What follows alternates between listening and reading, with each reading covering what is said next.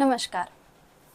आज बात करते हैं काफ़ी अच्छे क्वेश्चन की कि हमें क्या सिर्फ 5 इयर्स के पीवाईक्यू लगाने चाहिए, इससे ज़्यादा के भी लगाने चाहिए, या फिर पीवाईक्यू लगाने का सही तरीका क्या होता है। देखिए, सही या गलत तरीके की अगर हम बात करते हैं ना, तो सबका अलग अलग हो सकता है, बट मैं आपको बहुत अच्छा तरीका बताने की पूरी कोशिश करने वाली हूँ।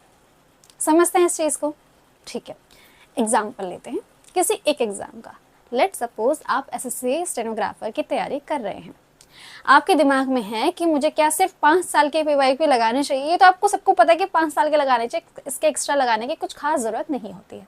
ठीक है, तो पहली चीज़ तो आप ये करेंगे कि आप अगर एसएससी स्टेनोग्राफर की तैयारी कर रहे हैं तो उसके 5 इयर्स के पीवाईक्यू आप ज़रूर लगाने वाले हैं। ठीक है, उसके लिए कोई भी आप बुक फॉलो कर सकते हैं, कोई भी अदर बुक फॉलो कर सकते हैं, या फिर आप ऑनलाइन भी देख सकते हैं। तो काफ़ी यूट्यूब ने कंपाइलेशन करके पीडीएफ प्रोवाइड किए रहते हैं, तो वहाँ से आपको ये चीज़ का फ़ायदा हो जाएगा। ठीक है, दूसरी चीज़ आप क्या कर सकते हैं, अगर आप जीएस की तैयारी कर रहे हैं तो जीएस एक ऐसा सब्जेक्ट होता है ना जिसके जो क्वेश्चंस होते हैं ये बार बार ना आते रहते हैं, अलग अलग एग्जाम के ना ओवरलैप करते रहते हैं। कभी आपको ऐसा नहीं मिलने वाला जीएस के क्या नहीं भाई ये तो क्वेश्चन एमटीएस का ही है, ये क्वेश्चन तो स्टेनो का ही है, ये क्वेश्चन सीएचजीएल का ही है, ये दिल्ली पुलिस का, ऐसा कभी नहीं होता है। क्वेश्चन जो होते हैं जीएस के वो ओवरलैप करते रहते हैं। तो आपको एक चीज़ समझाने की कोशिश कर रही हूँ कि आपको स्टेनो के आप कर रहे हैं तो बहुत बढ़िया, 5 इयर्स के करिए। पहला गोल तो आपको यही होना चाहिए कि मैं एसएससी स्टेनो के 5 ईयर के सभी पीवाईक्यू को सॉल्व कर लूँगा या कर लूँगी और उनको अच्छे से कमांड बना लूँगी। उसके बाद अगर आपके पास टाइम बचता है और आप अपनी स्पीड करना चाहते हैं अपनी प्रिपरेशन को, तो आप उसके अदर एग्जामिनेशन लाइक एसएससी के जो भी अदर एग्जामिनेशन होते हैं प्रीवियस 5 इयर्स में वो क्या क्या हुए हैं, उनके जो क्वेश्चंस हैं वो आप लगा सकते हैं। अब ये कैसे होगा, काफ़ी टफ लग रहा है, खुद से ढूंढना पड़ेगा वो सही चीज़ें। तो मैं आपको बता देती हूँ, पिनेकल करके एक पब्लिकेशन आता है, चाहे आप रीजनिंग की तैयारी कर रहे हो, चाहे इंग्लिश की कर रहे हो, चाहे जीएस मैथ्स जिसके भी कर रहे हो, तो उसके अंदर 5 इयर्स के एसएससी के जो भी एग्जामिनेशन हुए हैं उनके आपको पीवाईक्यू मिल जाते हैं। पीवाईक्यू मतलब प्रीवियस ईयर क्वेश्चंस, मेरे बच्चों को पता भी नहीं होता। ठीक है, कोई बात नहीं, आप उस बुक को लीजिए, उस बुक को सॉल्व कीजिए। तो आप 5 ईयर के तो अपने एग्जाम के तो सॉल्व कर ही रहे हैं, बाकी आप अदर एग्जामिनेशन जहाँ से क्वेश्चन ओवरलैप हो सकते हैं उनको भी सॉल्व कर रहे होंगे, और ये बहुत अच्छा तरीका है।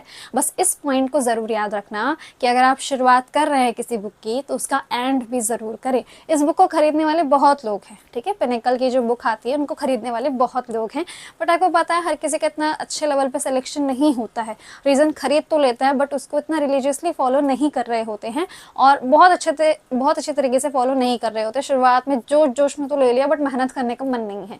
अगर ऐसा डिसीजन सोच रहे हैं कि कुछ करना ही है तो शुरुआत से लेके एंड तक ही जाने की कोशिश करनी होगी। इसका कोई और अदर अल्टरनेटिव तो मुझे नहीं दिख रहा है। तो आपके दोनों ही क्वेश्चन मेरे हिसाब से आंसर मिल चुके हैं, और मैंने ये भी बता दिया कि आपको कहाँ से करना है ताकि आपको भटकना ना पड़े कि यहाँ से करूँ कि यहाँ से करूँ, कोई चैनल बता दो, कोई पीडीएफ बता दो, मैम आप ही बता दो, ये सब चीज़ें मत करना, क्योंकि सारी चीज़ें जितनी तरफ से मैं अपनी तरफ से हेल्प कर सकती हूँ आपको गाइडेंस देने में मैं ज़रूर करती हूँ।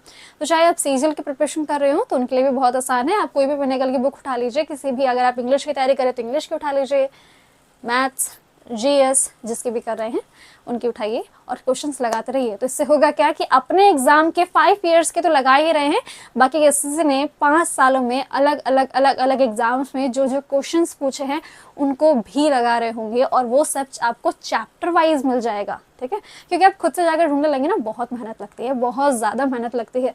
कभी कभी जब मैं स्ट्रेटेजी बना रही होती हूँ किसी एग्जाम की, जैसे कि मैं बताती हूँ, मैंने एसएससी स्टेनो के लिए एक जीएस की स्ट्रैटेजी प्रिपेयर की थी, जिसमें मैंने बताया था कि हर एक सब्जेक्ट के हिसाब से या फिर एक टॉपिक के हिसाब से कितने क्वेश्चंस आते हैं।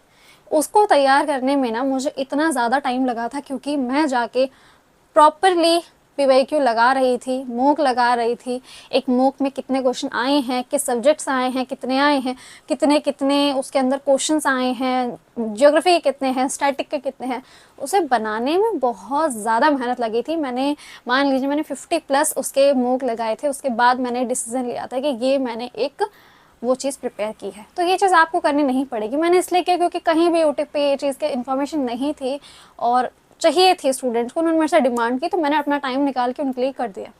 बट आप आपको करने की ऐसी ज़रूरत नहीं है कि नहीं मुझे मॉक लगाना है तो मैं जाके बैठूंगा सारे एग्जाम्स लगाऊंगा, ऐसा करने की ज़रूरत नहीं, क्योंकि पिनेकल की बुक खरीद लीजिए, उसमें आपको एक साथ ही सारी चीज़ें मिल जाएंगी और आपको सॉल्व करने में बहुत आसानी होगी। बस एक चीज़ का ध्यान रखिए, शुरुआत में थ्योरी सॉल्व कर लीजिए। अगर आप मैथ्स की प्रिपरेशन भी कर रहे हैं तो मैथ्स में ऐसा मत करना कि डायरेक्टली ही कूद गए और अपने तरीके से करने लग गए। मैथ्स का तरीका थोड़ा अलग होता है, पहले आपको ना कॉम्पिटिशन के हिसाब से मैथ्स के क्वेश्चन सॉल्व कैसे किए जाते हैं ये समझना ज़रूरी है। हम क्या करते हैं ना कि मैथ्स के जो पिछले हम स्कूल से पढ़ के आए होते हैं, जो भी तरीके होते हैं हम उसी से लगाने लग जाते हैं। लाइक लेट करते हैं एक्स को, फिर उसमें इक्वेशन बनाएंगे, ये सब करेंगे। उसमें ऐसा कुछ नहीं होता, उसमें अलग तरीके से होता है। तो एक बारी किसी भी टीचर से जाके पूरा सिलेबस कंप्लीट कर लीजिए, उसके बाद ही आप आगे बढ़ सकते हैं, ठीक है। फिर ही मॉक की तरफ जाइए। एक और चीज़ जो मैं कहना चाहूँगी कि अगर आप मॉक लगा रहे हैं तो तभी मॉक लगाना शुरू करें जब आपका 70% सिलेबस कंप्लीट हो जाए, ठीक है। जब आपका 70% सिलेबस कंप्लीट हो जाए उसके बाद आप मॉक लगाना शुरू कर सकते हैं, PYQ सॉल्व करना शुरू कर सकते हैं, ठीक है। ये मतलब वो वाला होता है ना, जैसे आप लाइव मॉक देते हैं ओलिव बोर्ड पे और अदर्स एग्जाम के, तो वहाँ पे आपको वो चीज़ आप कर सकते हैं, ठीक है। मेरे हिसाब से जो मेरे को इन्फॉर्मेशन देनी थी मैंने बता दी है, किस तरीके से सॉल्व करना है। 5 ईयर के सफिशिएंट है, अपने एग्जाम के करोगे बहुत बढ़िया है। बाकी 5 ईयर की जितने भी आएगा तो आप वो चीज़ें भी कवर कर रहे हो जो बाकी लोग कवर नहीं कर रहे हैं। सबको यही पता होता है कि अगर मैं MTS की तैयारी कर रहा हूँ या कर रही हूँ तो मुझे 5 साल के MTS लगा देनी चाहिए और बाकी एक भी क्वेश्चन अदर का नहीं छूना चाहिए। ये गलती ले डूबती है, इसलिए बाकी चीज़ों को भी, एग्ज़ाम को भी उतनी ही अहमियत दीजिए बेशक, और जितने क्वेश्चन हो सके, जितने हो सके उससे ज़्यादा ही करने की कोशिश कीजिए, ठीक है। समझ आ गया है आपको? कोई और अगर आपकी क्वेरी हो तो आप पूछ सकते हैं। मिलते हैं फिर किसी अदर वीडियो में।